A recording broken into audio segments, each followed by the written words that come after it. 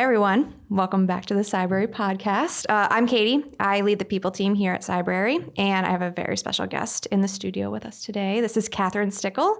And Cathryn, why don't you go ahead and tell everybody who you are? Hey there. Thanks so much for having me. My name is Cathryn. I am currently the Director of Talent Management and Organizational Development for Anzu Partners, which is a venture capital and private equity firm in DC.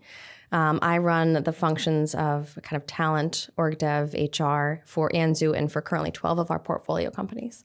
I have the good fortune of knowing Katie from our days as coworkers at Mapbox. We ran and led operations and recruiting there with our colleague Bonnie for several years, kind of in that high growth startup stages. So we got to go through all of the blood, sweat, and lots of tears of that experience, which was really formative for me as a professional. And prior to that, I've been just running operations for software companies for my professional career. So thanks for having me here today. I'm excited to talk to you. I'm so excited too. And so if you can't tell, Cathryn and I are actually also friends based on how much we have gone through in our amazing experience at Mapbox and then just afterward as well. So I'm really excited to have her here and just to kind of talk about some of the challenges and some of the unique opportunities that we have working in HR, working in people support, working in organizational development at VC-backed organizations within DC. So I think, Cathryn, one thing that would be helpful to kind of share with people is when you're thinking about starting a company, you know, you're a brand new CEO or, you know, you just got your first little bit of seed cash, thinking back to like all the experience that you've had working with leaders, what is something that you feel like has been not quite a missed opportunity, but something that's a little bit underrated for some CEOs to consider at that early stage as it relates to people? Oh, good. I was going to say. Sorry, that was a long intro there. No, yeah, as it relates. I think at those early stages, the most important thing I think people don't think about is being creative with you want to keep your burn low. And I think being very cautious on hiring and bring on more folks as contractors, bring on more folks for trial periods, outsource things if you can. A lot of people assume and think that they need full-time employees and don't calculate the additional cost on the benefits load and don't really think about the long-term impact it has on people's lives when you're bringing them onto your team as employees and you can't actually guarantee that you're going to be able to pay them for more than a year. So if you're really early stages and really just taking angel investment or seed cash, I would be much more creative than just thinking you need to bring on full-time employees. Super interesting. Also kind of related to that too, I followed this person on LinkedIn who was recently talking about he didn't realize that he didn't need an office space for a long time. And is that something that you've seen as well? Like, have you seen some folks like using some creative ways to actually have a place to work as opposed to paying a lease on a very expensive location, like in a hot location? Yeah. Yeah. I mean, that's another thing we should talk about is geographic location. Yes, of course, startup co-working spaces have been very valuable to a lot of companies. Obviously, the WeWork debacle has been a debacle, but it doesn't mean that there haven't been a ton of companies that have gotten their start in places like that and people who have gotten their start and done important networking in places like that. We currently two of our portfolio companies are coming out of a spot called Greentown Labs just outside Boston. And they've been there until they've taken at least their A round before they're moving into private spaces. And actually, one of the things we're doing at Anzu right now is we have actually built or gotten our own office space, and we're going to put 5 portfolio companies together there. So the VC's kind of taken that role of saying we're going to organize this and figure out the rent, and then we have shared experiences, which is nice for these small portfolio companies too, because they're actually like the community that builds is really effective rather than having small companies just going through the same experiences independently and siloed. And having kind of more colleagues that effective. That's another thing that co-working spaces gives people is that feeling of having kind of more colleagues and more camaraderie. And then sharing costs on Wi-Fi and printers and whatever it may be, in addition to perhaps, in our case, at some manufacturing facilities. But certainly have seen a lot of great things come out of co-working spaces. And then on the geographic location piece, I think that we have seen a lot of our companies' CEOs come in and think that they want to be in the Bay Area. And we have said, I understand why, but it might even be a deal breaker to our making the investment in your company if that was something that was a mandatory thing for you. The talent market is just so expensive there. Katie and I personally have a lot of friends and colleagues who live in San Francisco who are making a beeline for the exits. And especially as you're seeing folks at, I'm 37, you're 37 also, right? So people at our age are having kids, they're getting married, they're old enough that they're not going out a lot anymore, and they're looking for places where they can buy a house. We're kind of the class of people that's the director level, VP level, kind of going into that echelon of the leadership.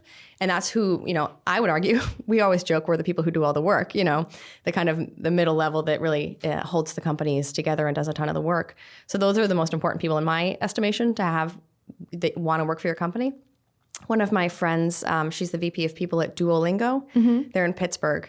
They ran a huge ad when you land at SFO and you're driving out through Burlingame towards San Francisco, a huge billboard over the freeway headed into the city saying, I'm going to get this specifically wrong, but saying, like, work in tech, buy a house, live in Pittsburgh, like Duolingo. And she saw a huge spike in applications and interest from, and I think they poached the VP of product from Stripe. Wow. I might have those details wrong, but they got a huge hire from it.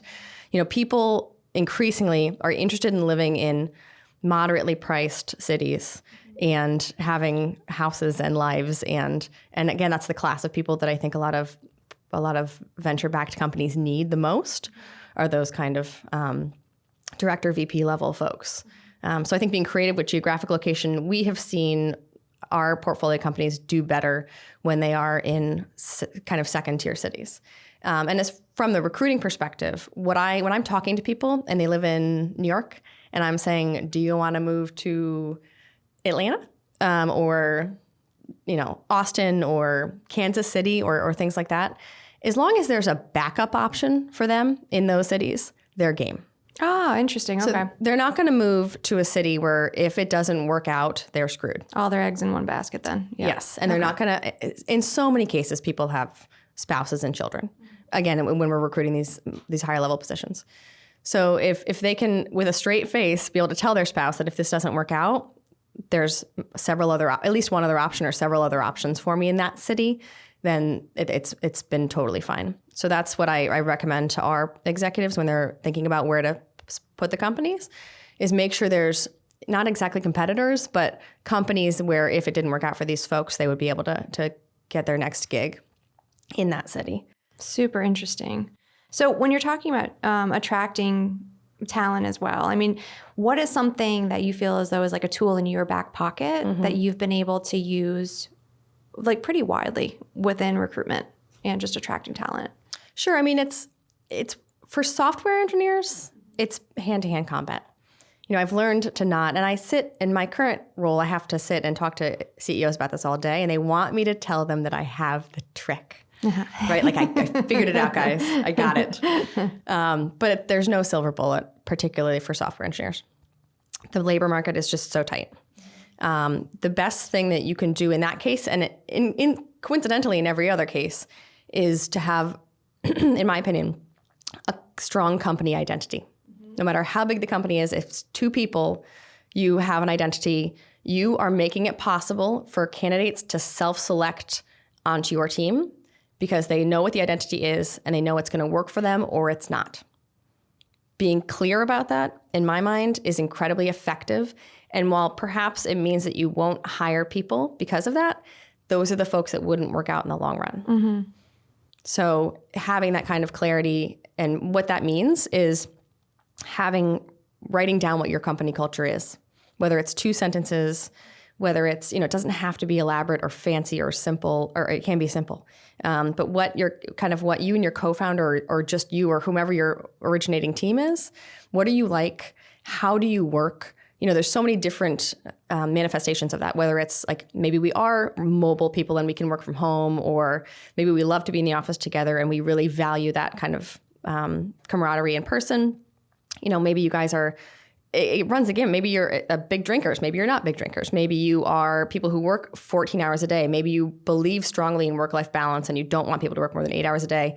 Whatever it is, just being honest about it and knowing it and having the self-awareness that you need to know about that and making it apparent to people, I think is incredibly valuable. And I think that what people want, and I think about this a lot, what especially the best people want is to play like in a team, is to have that identity, like is to work somewhere where it's more than just a job, more than just a 9 to 5, where if you're the type of person who derives too much of your self-worth from work, you have to get that from your job. I kind of correlate it to romantic relationships a lot too, but there has to be that kind of, the attraction has to be there from both sides. It has to be a place you want to work and they want you to work. I've in many cases had candidates and the CEO will say to me like, just close them, like just fucking get them. We need them. And I can tell that they're just not that into the company. It's just not. So they're like, I don't care how much money it costs, like throw $50,000 on top of the offer, whatever it is.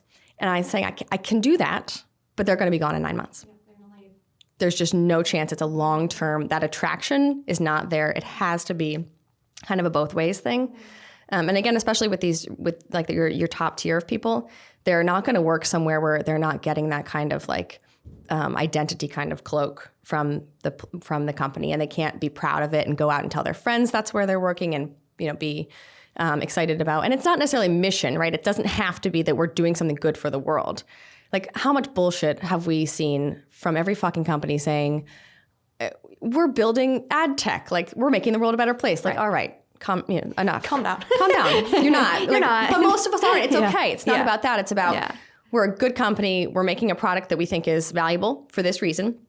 We treat our employees well. The benefits are incredibly important. Again, especially with the if you're trying to attract that tier of employee, like health insurance and 401ks and like that kind of stuff, so that people will take the leap to a startup. I think that having that kind of identity aspect of a company is the most important thing, and it creates that kind of magnet effect. And even I've been working now I worked at Mapbox, which was very easy to recruit for relative, because Mapbox had an identity.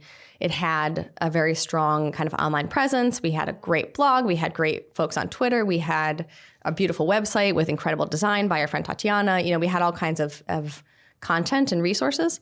And now I'm working with a lot of companies that have none of that. They're just tiny companies with nothing to go off of. So you got to start from scratch. But I say all you need is a simple landing page with like a little explainer on your company. All you need is a simple careers page saying this is who we are, this is what we value, this is what we're looking for.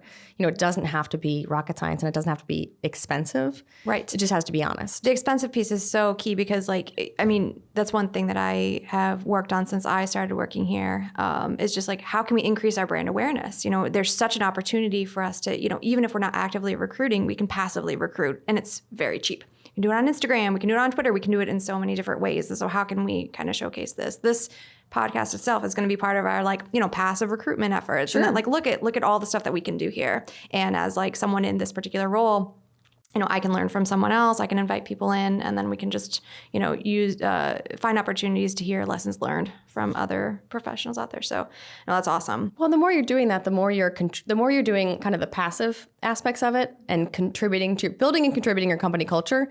That is the magnet. Yep. You're building the magnet. And the more you do that, the more people will come to you. Mm-hmm. I've also seen some executives and read about some executives who, they just want the people that they can poach. They love the poach. They love the kill. They love it. I want to get that person from that company. And when people are coming in their front doors or applying for jobs, that's somehow seen as less interesting or valuable, to which I'm saying that was free. And yes. I spent 0 minutes on that person applying here. And also that attraction question, back to that romantic analogy, right? If they're applying to you, in 9 times out of 10, that means something.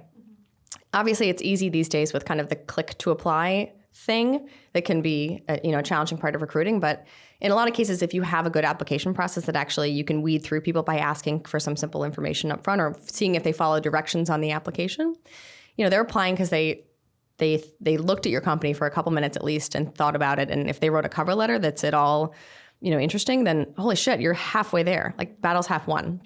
So I think, building those kind of cultural, internal identity aspects of a company, it's really easy to ignore. Mm-hmm. And this is segueing to our next topic, which I'm just going to invent right here.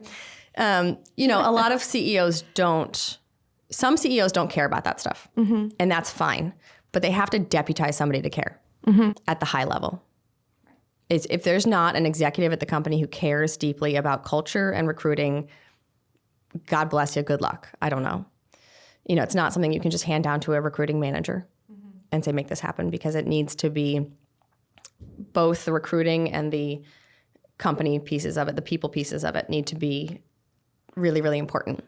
And I have tough conversations all the time with people who work for companies who just don't care about that kind of stuff, or just not seen as important as I think it is. Now, granted, this is my life. I think about this stuff 24/7, but I do believe I've seen companies succeed and fail.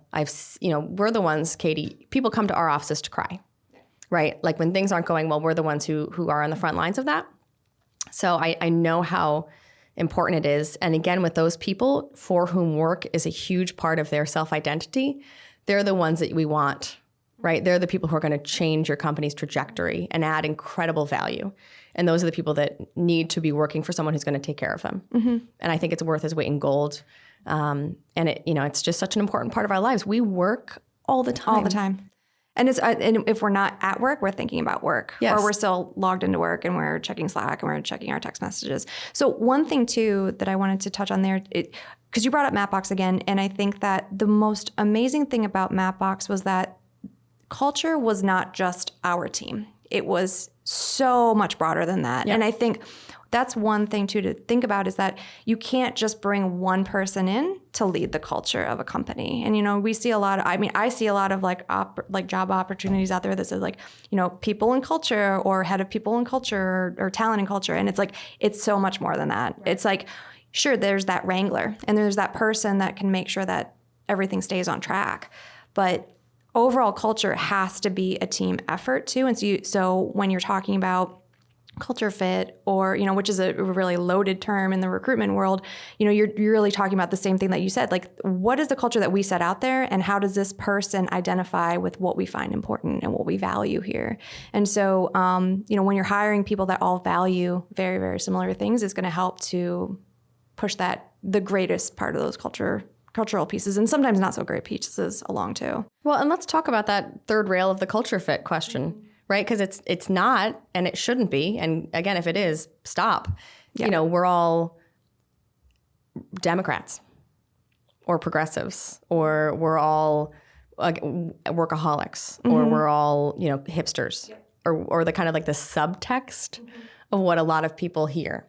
And that's how you get companies that hire a head of diversity and inclusion, and they're given the mandate to make the company diverse. And if it's not a united effort from the top, again, Right. you end up with this hollow bullshit culture stuff. Yep. What is a good company culture?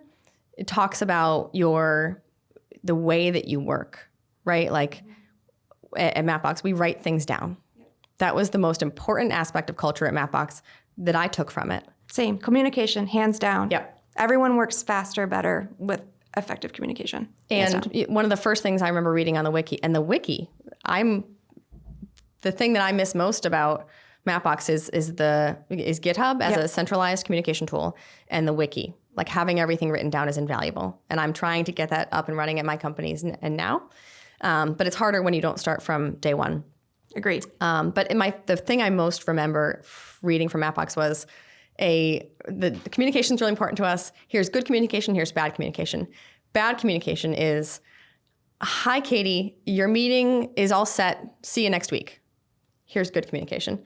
Hi, Katie, at Katie, your meeting on Monday, September 22nd at 4 p.m. is all set. The location is this. Link. Here's the person you're meeting. Thanks so much. Let me know if you have any questions. Cathryn, here's my phone number. Yep. The clarity, taking the time out of your life to communicate clearly to save you time. Yep. That's what it's about respect, actually. It was. Now that I'm thinking about it. It was respecting time. And I had never worked at a place that did have that up until that point, just such a focus on respecting time. Yeah. I could tell you so many meetings that I'd been in previous jobs where I would up and walk out if someone was 10 minutes late, because it was just no one's here, so I'm leaving. This is ridiculous. I just wasted 10 minutes of my time just sitting and waiting, not to mention the prep that I had for it. And so I miss that. I do miss that, that particular element. So as far as bringing up those pieces, and I think setting that as a standard during onboarding. It's and even beforehand, in talking. So actually, this brings us to a good point. So say again that you're talking to someone who is a new CEO, a new founder, something like that, and they're struggling with the recruitment process. What do you think is the most important question for them to ask prospective candidates when they come in the door, or even just come into their email? What should they really focus on in those first conversations? Yeah, I think so. What I try to work with people on is understanding it's not about, people often think it's a job and they have a job title in their heads. They say, I need a DevOps engineer, or I need a product manager. So I try to sit down with them and say, what work do you need done? Get a pen, get a piece of paper. So get them to talk about, I need someone to take the product and write the JIRA tickets and coordinate with Joseph, very specific, detailed things about what you need done. And to start with that and get agreement on that amongst the people who are hiring, and then write a job description from there and write a good non-canned, non-shitty boilerplate job description. Then I think working with them to understand who's making the decision. The thing I see happen most often is just the paralysis of, we don't know who we're looking for exactly. We get 3 good people who come in the door.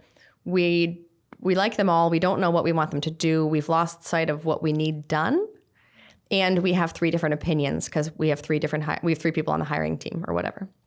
So clarifying what you need done, clarifying who's making the decision, and then clarifying the process, which is also a good legal practice to have, which is making sure that each candidate is going through the same process. Like no candidate's getting extra homework, no candidate's getting an extra coffee, everyone's getting the same process. And in that aspect of it, then we sit down and write the questions. My favorite question for a startup is for the candidate to be asked in their second or third interview, after they've had time to get an intro and to think about it, hopefully, what do you imagine a day in the life of this job is like?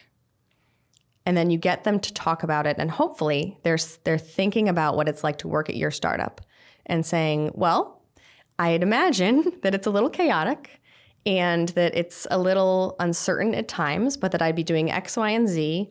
And then maybe the best answers, someone didn't show up, so I have to order lunch. And then, in the afternoon, I get to sit in on a meeting with the CEO, and that's like super exciting. And that's really what I'm excited about with the startup, is that it's flat and that I'll get access to stuff that normally I wouldn't be invited to. And then I'd go home at 5 and then I'd work a little bit at night because I'm just excited about the job or something like that. So, that's asking for empathy, right? That's asking for them to have put themselves in the shoes of the startup and the company. And it gets at whether or not they've actually thought about it at all, or if it's just another kind of interview that they're rolling into. But that's become my favorite question. And then, the hardest part in hiring for often technical roles is, how do you deduce whether or not people have the technical skills that you need? So I'm working a lot more these days with hardware, mechanical engineers, chemical engineers, nanomaterials, rather than computer science and software. But is giving people, having people come in for the in-person interview and having some technical adjudication happen there, but giving the people all the material ahead of time. So saying, you're going to come in on Thursday at 4, here's who you're going to meet, here's what we're going to ask you to do. So that's not, we've gone through the years of seeing that whiteboarding sucks for half of the great people that you want to hire. It's not a good reflection of the work that we're going to ask you to do. No one's job, thank God, involves stand-up live testing, right? Unless you're in law school. So, for most people, it's to give them the material. It's like, this is what we're going to ask you to do on Thursday. Like, think about it before you come in, and then we'll do it together. So I think that's a really good way to get technical. That's a better way to try to ascertain technical skills than to kind of do a live aspect. But overall, yes, defining actually what work needs to be done, defining who's going to make the decision, and then having a set process of questions and putting the candidates through all the same process. It might be slow going at first, but once you get people up and running, it gets them in a good, that's a healthy recruiting process to have. So you want to get that going from the beginning.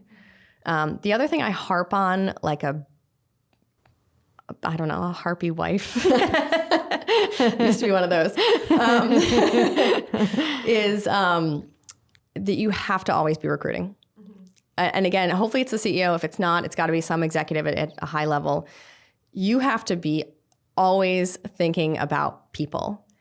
And recruiting is not, everyone thinks that it's like, oh shit, my mobile engineer just quit. I'm going to post a job. I'm going to open the door, and there's the line of mobile engineers. Like, cool. I'm going to hire one of them, and then I'm going to close the door.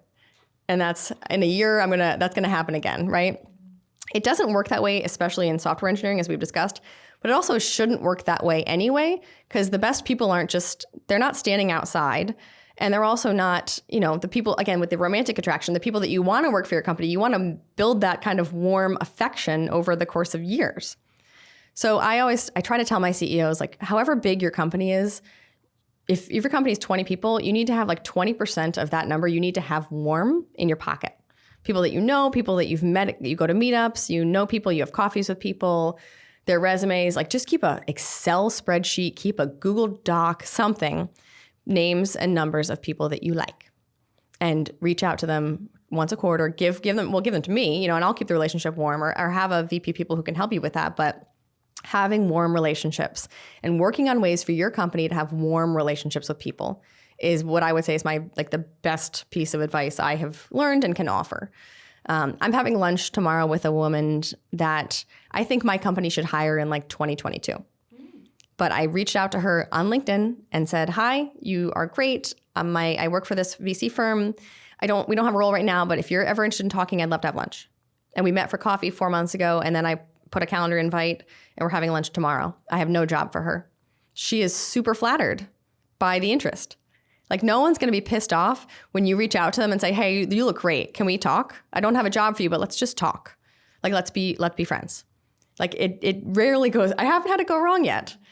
People don't reply sometimes, but that's fine. And for the most part, you just need a discretionary budget of $200 a month on coffee, and you can build a really strong, warm talent pool.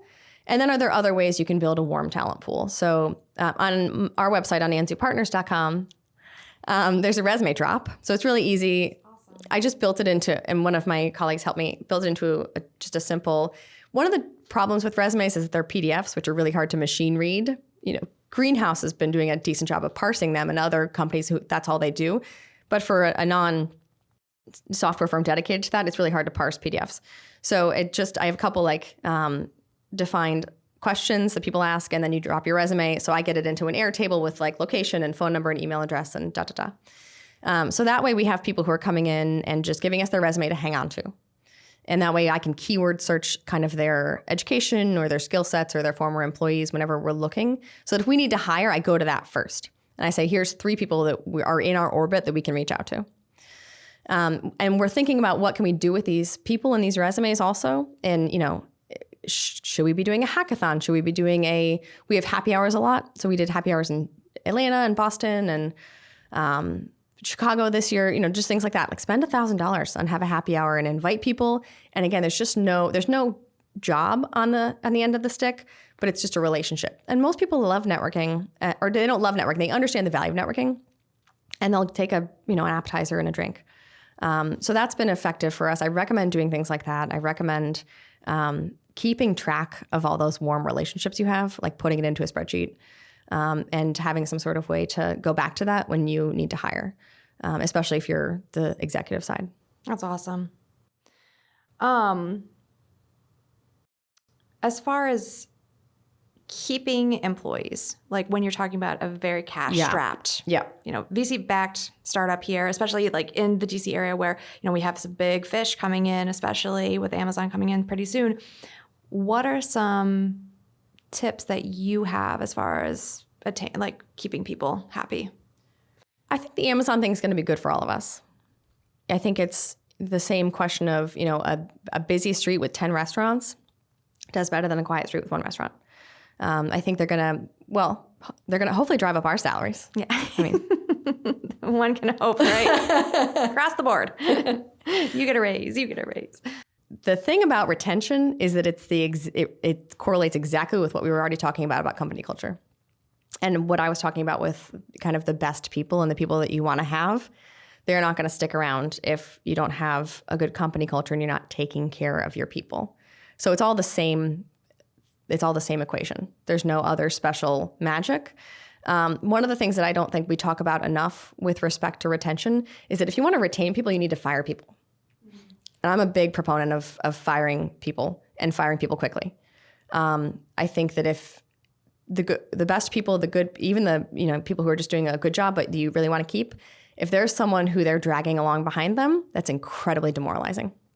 And if you're sending a message through inaction, by letting people half-ass it and keeping them on your team, the message you're sending is this is fine. And that I don't respect your time because you're spending half your day dragging that person behind you. So I'm a huge proponent of letting people go, letting them go sooner and giving them more severance, like giving them a bigger package. Just do it quickly. Because if you wait 4 months until you want to murder them, you're going to feel stingy and you're going to say, no, we're giving them 2 weeks or whatever. So I think do it quick. I think it's better for the team. A lot of people, and especially in small companies and startups, if you've got 8 people and you fire 1 person, a lot of executives panic about that because they think, what message am I sending? People are going to think they're next. This person is a good person to have around. Like they make cookies or they, take out the trash or they're nice, right? People are going to miss that too much. And at the end of the day, it's if they're not shipping quality work, then it's doing damage to the team. And you need to be clear with people about that. You need to put them in a chair and tell them that you're not meeting our expectations. And here's what we write down what you need them to be doing and say, I need you to work on this. And you need to do the whole PIP thing, right? You need to give them that conversation before you're ready to fire them. If you're ready to fire them before you have that conversation, you have fucked up as a manager and you've done a disservice to everyone on your team. So and that's good management, right? That's a whole nother discussion. But if you're having trouble with somebody, you need to sit them down immediately. What does Brene Brown say? Clarity is something about, being clear with people. Clarity is compassion, I think is what she says. Like being clear with people, having those awkward conversations, having those difficult conversations, that's compassionate. Not telling people that they're doing a bad job is cowardly and it's damaging to your team. And it's also just damaging to the person in the future. Because they'll never know what they did wrong. Right. If it's not clear to them what they did wrong from the forefront. So I agree. Yeah. So have those conversations. And if they're not, and then if people don't improve, I say you gotta cut people, give them generous packages, pay for their health insurance for 3 months, be generous, be helpful, but get them off the team. So that's what, like retention, if people get freaked out, I think about like retention rates, like it should be 10%. Like if you're not firing anybody, you're not doing it right. I don't think. And people will also leave your team. Like it's not the end of the world. People will resign, people will move, people will take more money elsewhere. It is what it is. But you want to have a healthy turnover. And then I think that the way you keep people is by giving people the impression that the feeling that they are, I say this all the time, they're on the varsity team. Like the best people want to play varsity. They don't want to play JV bullshit. They want to be on a team where they are, why are these all sports metaphors? Rowing together was one that used to pop up at Mapbox. We're rowing together, we're running together. Like dancing together. That was a big one. Not all sports. No, dance is a sport. Dance is a sport. Apologies. But really, they want to be on, like the varsity team is like the best thing I can always think of. And what that means is that people their expectations are clear. They're executing at a high level. Those people who care about work are going home at the end of the night and saying like, I got it today. I did a good job. I feel really good about myself. And that's because I'm that kind of person, for better or for worse. If I don't have a good day at work, then I don't feel good about myself.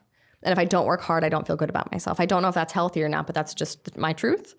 And I know a lot of people are like that in our screwy little orbit. Yeah. Well, we're about at time already. Really? Yes. All right, that's so great. I know. It's so awesome. I hope this is not the first time that you're going to be in here that's to so do sweet. this. We'll see what the audio guy says about how much I rocked in my chair and messed up things. At least you didn't sneeze in it. So I didn't. Thank you so much, Cathryn. It's been a pleasure having you. Thank you so much. And hope to have you back soon. Thank you. Yep.